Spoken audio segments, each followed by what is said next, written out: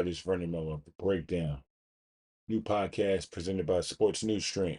Now, before we get started, don't forget to hit that like button, that notification button, and that subscribe button so we can get analytical data on what we're doing wrong, what we're doing right, and we keep bringing you that content that you so richly deserve. So, without any further ado, let's go. Yeah, sounds like a good idea. Let's trade.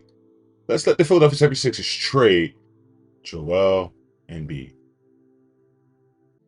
Sounds like a great idea, right? To who? To where? For why? For what? Did he have a bad game? Yeah, he had a real bad game. James Harden had even worse. But let's not make it seem like they were going up against some Pop Warner team or some high school basketball. They was going up against the defending Eastern Conference champs, the Boston Celtics. The defending division champs, the Boston Celtics. Like, this is a very, very good team. And they're predicated on defense. So yeah, this was, that was their night. Last night, yesterday was their night.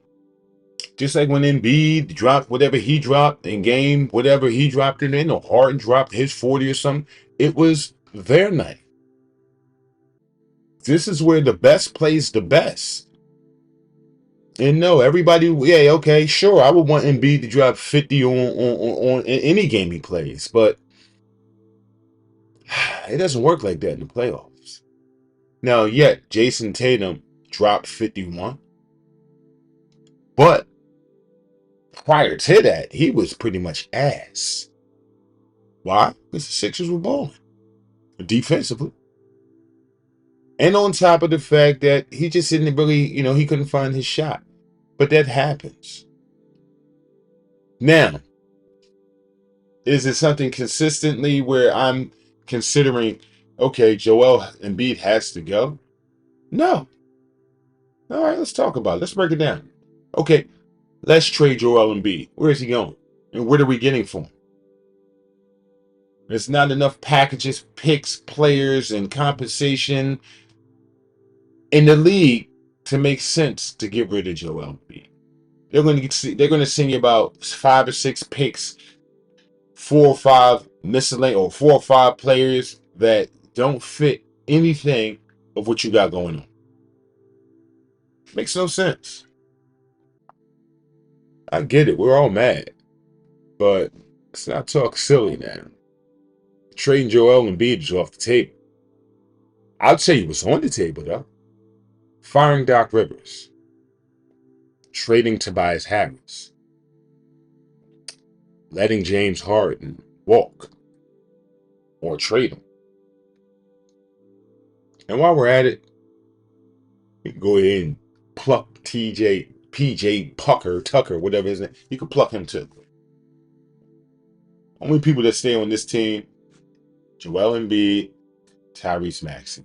You build from there. You got your point guard, you got your center. And you build from there.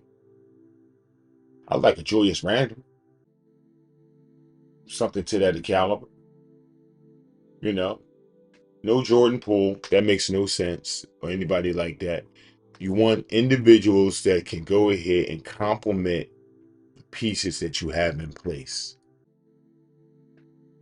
You don't need so many ball-dominant individuals. Everyone's talking about Damian Lillard. Let's talk about it. Great offensively. Defensively, he's a liability. And financially, it may not make sense. It definitely puts the Sixers over the cap. I mean, hey, this guy's going to be damn near in excess of damn near $60 million when his contract fully matures per year. And he's like 6'3".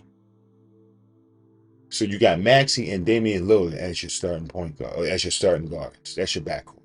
It's not going to work. They're going to get dogged defensively. Devin Booker will shoot over these guys all day long. The average 6'6" guard or point guard or shooting guard will shoot over these dudes all day long. So that's not going to work.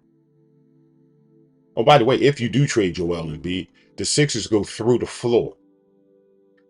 All right, nobody's coming to watch the Sixers. Nobody's coming to see them. Nobody's coming to do anything. So we all know the owners aren't going to do that. That makes no sense. What do? You hire Sam Cassell. Okay, he's the one that schooled Maxey and put him under his wing and brought him to where he's at right now. Look like he did a pretty good job, right? So if he can do that with one individual, why not give him a shot and see what he can do with the whole team? Or how about Monty Williams? Phoenix just fired him for whatever reason. How about the guy Casey that just fired from Detroit? You got Nick Nurse. You got a plethora of coaches that you can go interview. But please go interview somebody. Doc's got to go. And everyone, oh, you can't blame it on Doc. They say, yeah, I can. You know why? Because it's another 3-2 lead he blew. Sorry, not sorry. It just is what it is. Guilt by association, guilt by consistency, guilt by habit. This is what you consistently do, Doc. You knew your team's morale, their personality. You should have smelt something on that bench that did not give you the odor of, hey, they're ready to play. So I don't know if you got to go ahead and give them a motivational speech, make some adjustments. From my understanding, close to my sources, Sam Cassell had to get in your ear to tell you to actually sit James Harden down because he was stinking it up. Why you still got Harden on the floor and this man's got 9 points? 9. Come on, man. Doesn't make sense. So Doc has to go. Then you trickle down. Doc's got to go. Embiid staying. Tobias, he has to go. Way too much money for the way he's playing. When you really look at his contract. PJ Tucker, he was brought in to do what he did, to be honest. He wasn't brought in to be a scorer, because we know that's not his thing. He was brought in to bring the tenacity, the goon mentality, that dogmanship. That's what he was brought in for. And in my opinion, he did his job. Everybody else, they're all up for evaluation. I go right down the list. Tobias, you can go. Korsman, you can go. I just go down the list. And again, when we rewind it back to Doc, hey Doc, you never made any adjustments to see if a player could come off the bench and put a spark and change the tempo of the situation.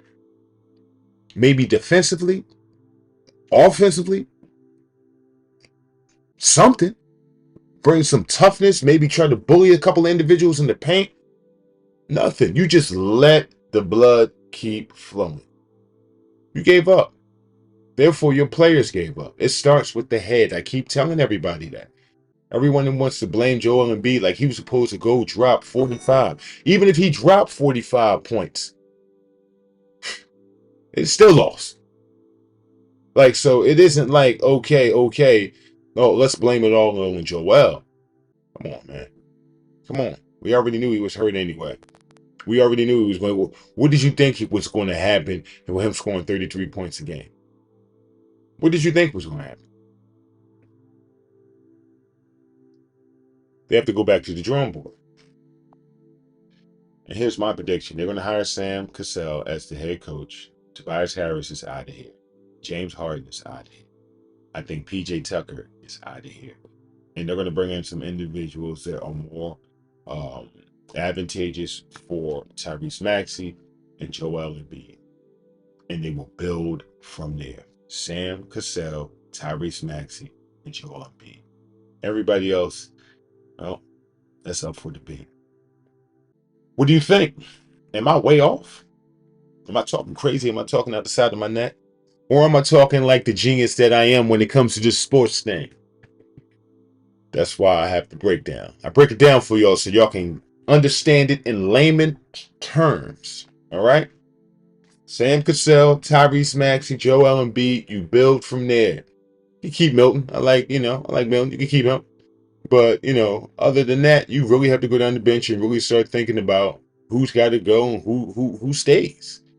If you want to make a run, if you want to keep this consistency, if you want to stay in the hunt, you getting rid of Joel Embiid, might have a seat next to Charlotte. With that being said, just a breakdown. On to the next one.